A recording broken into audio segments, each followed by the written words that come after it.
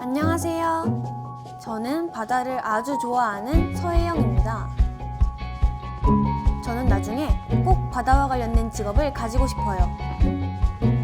바다에서는 어떤 분들이 어떤 일을 하고 계실까요? 저처럼 바다에서 일하는 분들이 궁금한 친구들을 위해 제가 조금 알아보았는데요. 지금부터 저와 함께 만나러 가볼까요? 여러분은 처음 가보는 길을 갈 때 휴대폰의 지도 앱을 이용하신 적이 있나요? 그렇다면 바다를 항해하는 선장님들은 어떻게 목적지까지 찾아가고 있을까요? 먼 옛날 인간은 넓은 바다 위에서 표류되지 않기 위해 바다의 지도인 해도를 만들어서 사용했어. 선장들은 이 해도를 통해서 길을 찾아다녔다고 해. 그리고 시대가 변하고 기술이 발전하면서 레이더와 전자해도, 극초단파 음성통신 등을 기반으로 선박을 운항해왔지. 그런데 이제는 바로 바다 내비게이션이라는 새로운 해상교통 정보 서비스를 사용할 수 있게 되었어.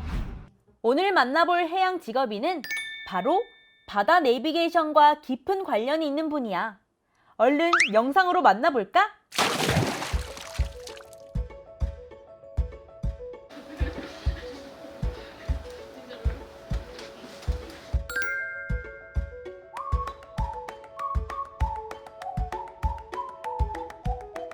안녕하십니까. 저는 해양수산부 첨단 해양교통관리팀에 근무하는 조태형 사무관입니다.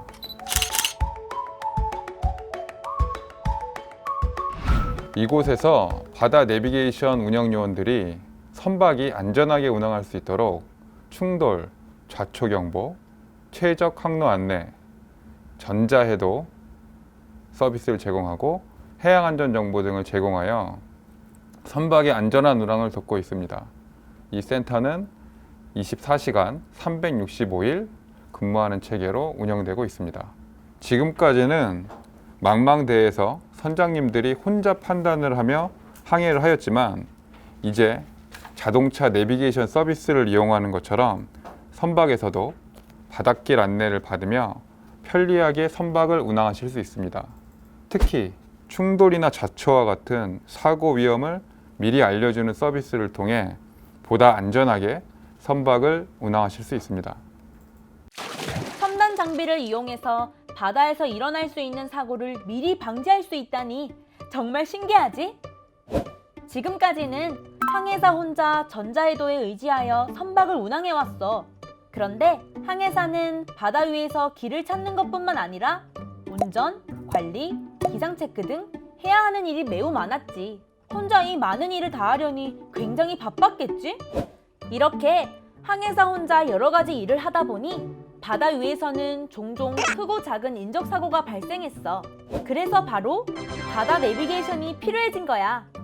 바다 내비게이션이 있으면 항해사가 혼자 해왔던 일들을 도와줄 수 있게 되고 항해사는 조금 더 안전하게 배를 운항할 수 있게 되거든. 이제 바다 내비게이션 서비스 운영자가 하는 일이 얼마나 중요한지 알겠지? 바다 내비게이션 서비스는 2021년 1월 30일 공공시를 기해 세계 최초로 시행하게 되었습니다.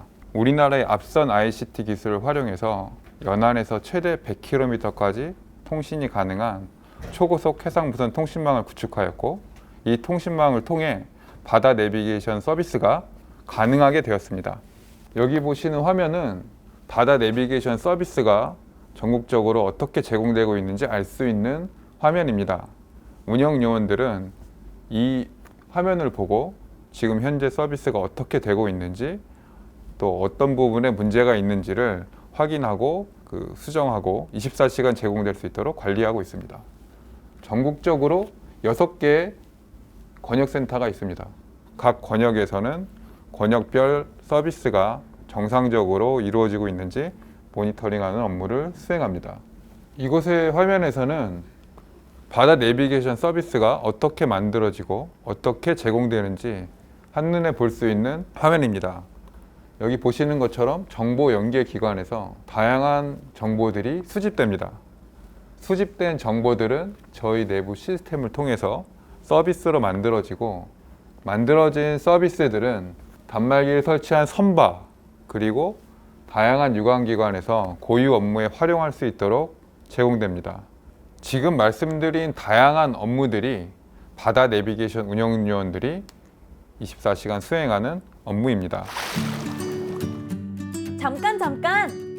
방금 바다 내비게이션에 대해서 설명해 주셨는데 바다 내비게이션이 뭔지 조금 더 자세히 알려줄게. 해양사고 저감을 위해서 개발된 바다 내비게이션은 우리나라뿐 아니라 국제적으로 적용하고 있는 해상항법체계야. 그런데 우리나라 해상환경의 특수성 때문에 보다 우리나라 해양 환경에 최적화된 것이 필요해졌어. 그래서 개발된 것이 바로 바다 내비게이션과 초고속 해상 무선 통신망. 사고를 줄이려면 어느 곳에서든 정보 통신이 가능한 것이 중요해. 초고속 해상 무선 통신망이 있으면 육상과 해상 간의 정보를 빠르게 교환할 수 있기 때문에 크고 작은 사고를 예방할 가능성이 높아지지.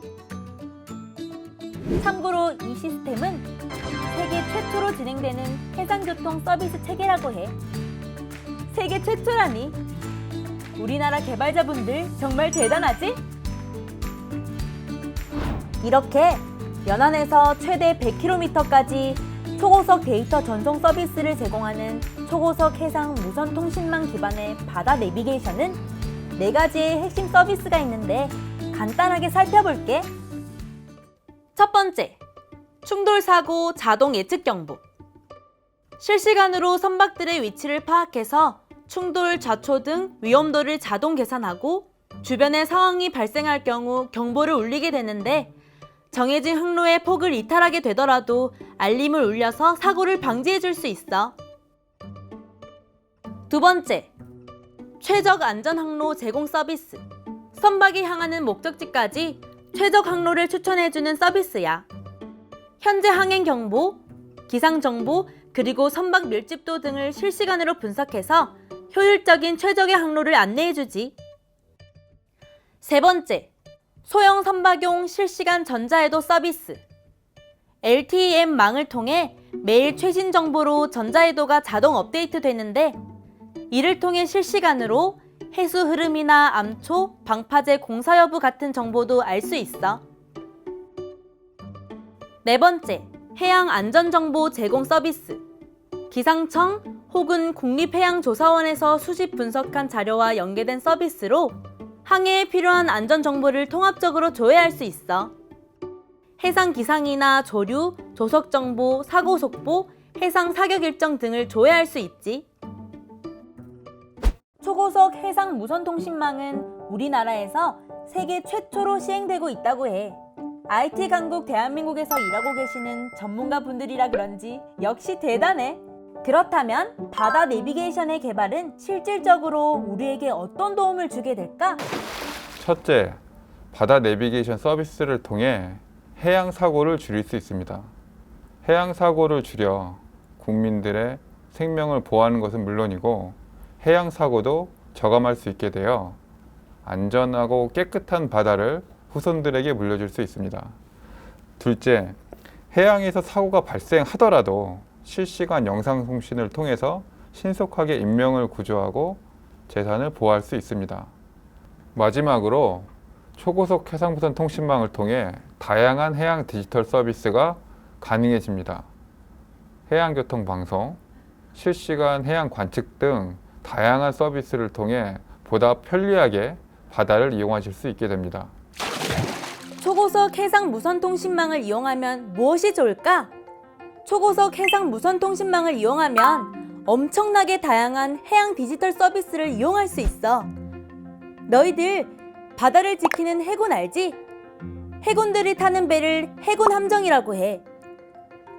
이런 해군 함정은 바다를 지키기 위해서 아주 오랜 기간 바다에 떠 있어야 해. 그런데 바다에서 활동하시는 중에 긴급 환자가 발생하는 상황이 생길 수도 있어. 이럴 때 바다 내비게이션이 도움을 줄 수 있대. 영상을 통해서 환자의 상태를 확인하고 원격 의료를 지원해 주는 거지. 얼마나 편리해졌는지 알 수 있겠지? 그리고 또 실시간으로 바다의 온도, 염분 같은 정보를 수집해서 고수온 적조와 같은 피해를 사전에 예방할 수도 있어. 이렇게 바다 내비게이션은 바다에서 일어나는 다양한 현상을 미리 예방할 수 있게 도움을 주는 기능까지 가지고 있어. 바다 내비게이션이 개발된 덕분에 우리는 더 편리하고 안전하게 바다를 이용할 수 있게 되었어. 정말 멋있지? 호기와 함께하는 깜짝 퀴즈 타임! 바다 내비게이션이 우리에게 주는 이점이 아닌 것은 무엇일까? 1번 해양사고 방지, 2번 차세대 신물질 개발, 3번 안전한 선박 운항, 4번 해상과 육상 간의 빠른 정보 교환. 정답은 2번 차세대 신물질 개발이야. 차세대 신물질 개발은 해양신물질연구원이 하는 일과 깊은 관련이 있어. 바다 내비게이션이 개발된 덕분에 해상과 육상 간의 빠른 정보 교환을 통해 크고 작은 해양 사고를 미리 방지할 수 있고, 선장은 안전하게 선박을 운항할 수 있게 되었어. 그렇다면 박사님, 이 직업의 좋은 점과 중요한 것은 무엇이 있을까요? 이 업무의 장점은 바다에서 새로운 미래를 만들어가는 끊임없는 도전을 한다는 것입니다. 국민들이 안전하게 바다를 이용할 수 있도록 새로운 서비스를 만들고 인프라를 구축하고 국민들에게 제공해 나가는 과정에서 남다른 성취감을 느낄 수 있을 것입니다. 업무적으로 본다면 서비스의 많은 부분들이 안전과 직결되어 있는 부분이 있습니다. 그래서 서비스의 정확성 그리고 끊김없는 제공이 무엇보다 중요할 것이고요. 이를 위해서 서비스 및 통신망의 계속적인 관리 그리고 개선, 고도화가 필요한 사항입니다. 이 직업을 가지고 싶은 친구들을 위해서 어떤 노력이 필요한지 개발자분께서 직접 알려주신다고 하시는데요. 한번 들어볼까요? 제가 지금껏 말씀드린 지능형 해상교통 정보 서비스와 초고속 해상 무선 통신망을 운영하는 사람들은 공무원입니다. 이곳에 근무하시는 분들은 해양계 대학을 나오시거나 조선 또는 해양 통신 전공을 하신 분들이 많습니다. 이쪽 분야의 꿈을 가지고 계신다면 제가 말씀드린 분야에 대해서 관심을 가지고 공부하시면 좋을 것 같습니다. 바다에서 새로운 꿈을 꾸고 그 꿈을 이뤄내시기를 기대하겠습니다. 글로벌 해양 강국의 주인공이 될 여러분의 꿈을 응원합니다. 화이팅!